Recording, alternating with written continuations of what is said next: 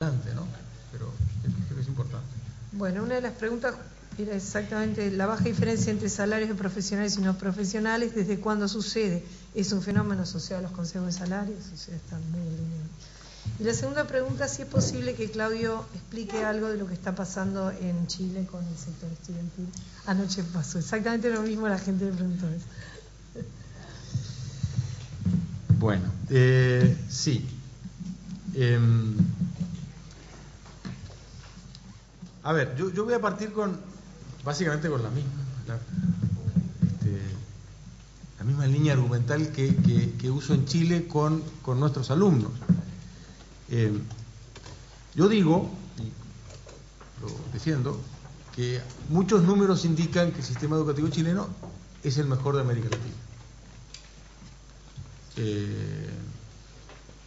La prueba PISA lo tiene ahí, sí, empatado con Uruguay. Estamos hablando de calidad. En términos, los números de cantidad son mucho mejores. Ahora hubo un ranking de las universidades en América Latina y entre las 100 mejores habían 14 universidades chilenas. La segunda era la Pontificia Universidad Católica, que es donde vengo yo. La Universidad de Chile estaba cuarta, la Universidad de Concepción 12. Entonces, yo creo que es importante decir eso porque hay que partir de ahí para hacerse la pregunta de qué es lo que está pasando en Chile. Y yo les diría que, para conectarlo con lo que estamos hablando, el número que hay que fijarse para entender por qué es que en Chile hay un problema es el que hablábamos al principio del 80% de graduación de educación secundaria. Cuando ustedes tienen 80% de graduación de educación secundaria, tienen mucha gente golpeando la puerta de la educación terciaria. Muchos de ellos, hijos de padres que no tenían educación terciaria, en algunos casos que no tenían educación secundaria, o sea, que traen bajo capital cultural, digamos, ¿no? Una cantidad de gente muy heterogénea. Y lo que ha pasado en Chile es de que este problema, entre comillas, ha sido mal resuelto. O sea, no hay un problema. Pero es en parte consecuencia de un éxito, si ustedes quieren. Y el problema es muy complejo. Parte por un tema de financiamiento universitario, de un sistema mal diseñado, que fue armado a parches, que fue muy influido por lo que en Chile se llama el Consejo de Rectores, que es el club de las universidades viejas. Acá podría ser la Universidad de la República, forma parte de un club único, digamos, ¿no? Pero digo, esto es una realidad que en Uruguay estamos acostumbrados, ¿no? El mercado universitario hace cosas o deja de hacer cosas porque la Universidad de la República dice sí o no. Bueno, el equivalente en Chile es este Consejo de Rectores que representa a un número más alto de universidades, algunas privadas, como es la Pontificia Universidad Católica o la Universidad de Concepción, que presionaron mucho en el desarrollo del sistema financiero para que no le dieran el mismo trato a alumnos de otras universidades que a los alumnos de sus universidades. ¿Eso no es conocido? ¿Verdad? Entonces, el sistema que se armó a parches también es muy discriminatorio. ¿Por qué? Porque fue permeado por este grupo de presión. Yo formo parte de las universidades que presionaron acá, ¿no? Pero bueno, no lo hice yo por lo menos. Entonces, tenemos un sistema de financiamiento de la educación terciaria mal estructurado, incoherente y discriminatorio. Y en algunos casos caro. La discriminación en parte tiene que ver con que si ustedes eligen ir a una universidad no del Consejo de Rectores, por ejemplo, educación terciaria técnica, que son los canales que suelen seguir los hijos de personas de más bajo nivel cultural, tenían acceso a financiamiento pero más caro. Entonces, no solo discriminatorio y discriminatorio en términos de las instituciones, sino que en términos de niveles de ingreso, mayor costo a los más pobres. Suena como raro, ¿verdad? O sea, digo, está mal armado. Entonces, crédito a los estudiantes que pusieron el tema sobre la mesa, hicieron que Chile se diera cuenta que tenía ahí un problema. ¿No? Así que, chapó. Y esto que le estoy diciendo yo, que reconoce los méritos del movimiento estudiantil, lo reconoce toda la sociedad. En el fondo, el apoyo que tiene el movimiento estudiantil se deriva de que la sociedad siente que están defendiendo una causa justa. Cuando la definimos así.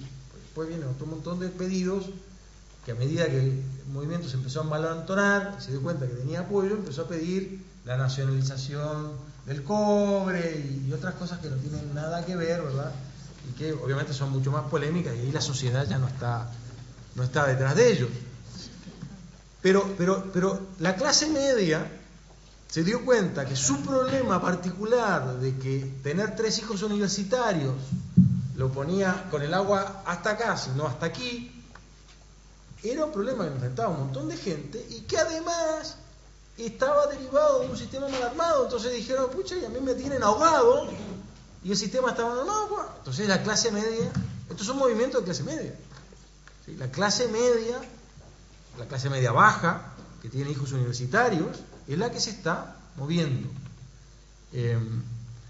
Entonces, tenemos claramente un problema que yo creo que se puede resolver en el tema del financiamiento. Hay otro problema que es institucional, que yo no lo veo puesto arriba de la mesa y me preocupa por lo tanto, que tiene que ver con algo que decía Denise, que básicamente es, no sé si lo traduzco bien, pero por lo menos es tratar distinto a los distintos, ¿no?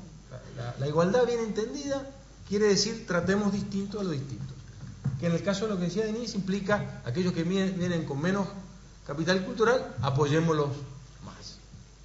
Y en este caso, en el caso de la educación universitaria chilena, o terciaria si ustedes quieren chilena, el problema que está viendo es cuando ustedes tienen desde los más ricos hasta los más pobres en el sistema, 20% de los más pobres están en el sistema terciario. 20% de los más pobres. Entonces, se cuenta con realidades muy distintas y mucha de la educación que se ha ido generando, de la educación terciaria que se ha ido generando en Chile, al final no es más que educación secundaria remedial. Gente que terminó secundaria sin alguna de las habilidades que requiere, sin alguno de los mínimos que hablaba de eso. Y ellos por su propia cuenta se dan cuenta de eso y van y buscan, ¿verdad?, un remedio a ese problema. Eso es una complejidad, una heterogeneidad institucional que el paraguas chileno no permite albergar. Si uno juzga las carreras que están ofreciendo esas universidades por niveles de calidad, no de educación remedial, uno tendría quizás cerrar esas carreras. Y de hecho el movimiento estudiantil está haciendo eso, digamos. Ahora, eso suena como presión de grupo, ¿no? Y los líderes de este movimiento son de las mejores universidades. Presionar para cerrar algunas universidades privadas que han hecho un negocio de hacer esta educación remedial. Que yo no creo que sea lo que corresponda, ¿no? Lo que corresponde es cambiar el paraguas bajo el cual funciona. Pero fíjense cuál es el problema del sistema terciario. El problema del sistema terciario es que recibe gente que no tiene suficiente capital cultural, pero que quiere seguir educándose. O sea, para mí, ojalá tuviera esos problemas. Entonces, pero bueno, son problemas, hay que resolverlos. No es claro que el sistema político los vaya a resolver. El sistema político termina siendo siempre el cuello de botella, ¿no? Gracias. Acá hay una pregunta que tiene bastante relación, porque dice: ¿hay distintas rentabilidades según sea universitaria o terciaria? O sea, creo que la pregunta entiende que terciaria las carreras no universitarias, pero algún complemento. No sé si hay un sí, Yo esa diferenciación no la he hecho en Uruguay. Lo cierto es que, a ver, si uno mira el rendimiento en PISA de distintas, de diferente institucionalidad que existe, porque en Uruguay hay una gran heterogeneidad de instituciones. Tenemos ciclo básico, tenemos FUTU, bachiller tecnológico, escuelas rurales, hay una multiplicidad de instituciones. Las instituciones tienen muy diferente desempeño, hay mucha heterogeneidad, inclusive controlando por el nivel socioeconómico de los padres, ¿sí? O sea, hay hijos de igual nivel socioeconómico, hay hijos que, con los mejores métodos que tenemos, pretende tratar de igualizar capital cultural del hogar, digamos. Igual los sistemas son muy heterogéneos. De hecho, uno podría aprender de la propia experiencia uruguaya, de cosas que funcionan y cosas que no funcionan, ¿verdad? Así que, pero eso es lo que puedo decir sobre eso. Esta es una pregunta para Denise. Uruguay tiene pudor en relacionar educación y trabajo. ¿Cómo se maneja esta relación en otros países de América Latina? Bueno, yo creo que no solamente Uruguay, que hay una especie de desencuentro histórico que existe entre el mundo de la educación y el mundo del trabajo. Cada vez más, yo creo que los espacios, las zonas de frontera se han ido abriendo, y que hoy por hoy, cuando nosotros examinamos los países, sabemos, a ver, hago un paréntesis, las recetas no existen, pero cuando entramos a estudiar los países que tienen mejores resultados educativos, por ejemplo, a partir de la prueba PISA, vemos que hay ingredientes que se repiten sistemáticamente. Entonces, sin hablar de recetas, sí podemos decir que hay ingredientes que se repiten en una buena receta. Y si esto lo llevamos al sistema educativo, evidentemente en países como Finlandia, que tanto se ha nombrado, se valora muy diferente la enseñanza técnico-profesional en componente técnico-profesional en la educación que en el caso de nuestro país. Cuando nosotros examinamos los marcos curriculares, los marcos de competencias y de capacidades que se requieren para los jóvenes de la educación media, el mundo del trabajo, el mundo del empleo está muy presente. Cosa que yo creo que no sucede, o que sucede mínimamente en nuestro país. Entonces, es de lo que hay que cambiar, empezando por definir claramente hoy, y eso es lo que PISA interpela, porque lo que PISA realmente interpela es lo que un joven de 15 años, esté donde esté en el sistema educativo, debe saber, es decir, cuáles son las competencias, las capacidades básicas que le permitan a ese joven actuar hoy en la sociedad. Y cuando vemos lo que está pasando en Uruguay y entramos en las propuestas curriculares, yo creo que ahí hay serios déficits. El mundo del trabajo no está presente.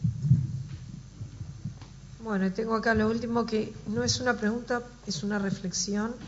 Dice, ¿es correcto que no tenemos incentivos en hacer mayores inversiones en el actual sistema educativo? Sabemos que la sociedad uruguaya destinó en el 2010 más de 3,5 millones por día calendario. Lo que no sabemos es en qué se gasta, no sabemos dónde va nuestro aporte, y sí sabemos que estamos mal y vamos peor.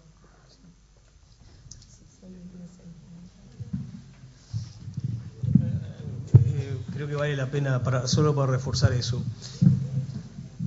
Uno de los países que tiene peores resultados en términos de calidad de aprendizajes en América Latina es Honduras. ¿Saben cuánto gasta en términos de Producto Bruto en educación Honduras? El 8%.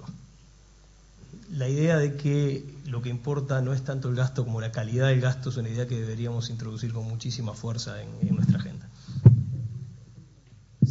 Y yo unas pequeñas palabras para también introducir un mensaje de optimismo. Yo creo que en nuestro país, porque me parece que en nuestro país, si uno va a nivel micro, al nivel microeducativo y a nivel de las experiencias de gestión que se hacen en algunos centros, hablemos de educación media, que quizás es el tema más desafiante hoy.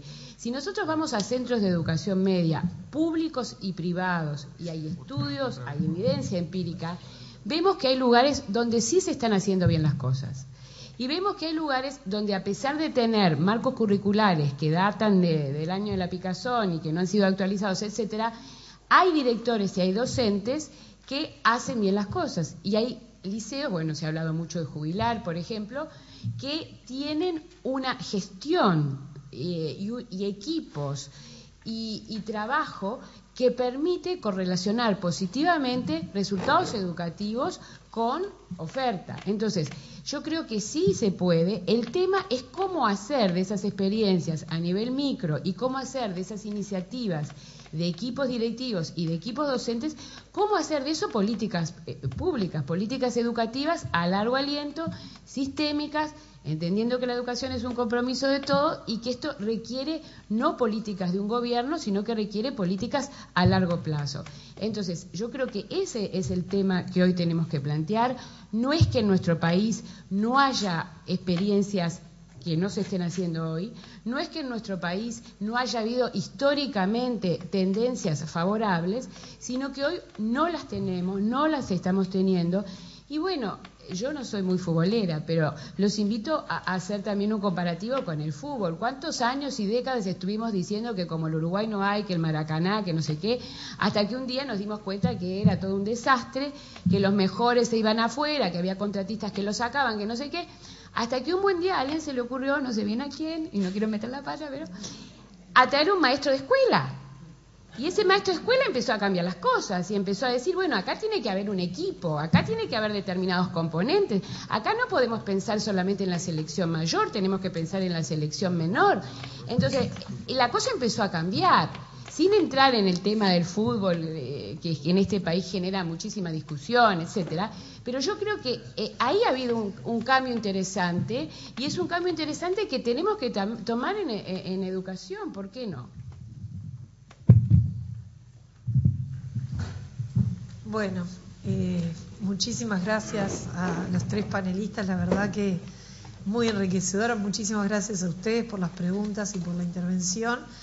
Bueno, gracias a todos.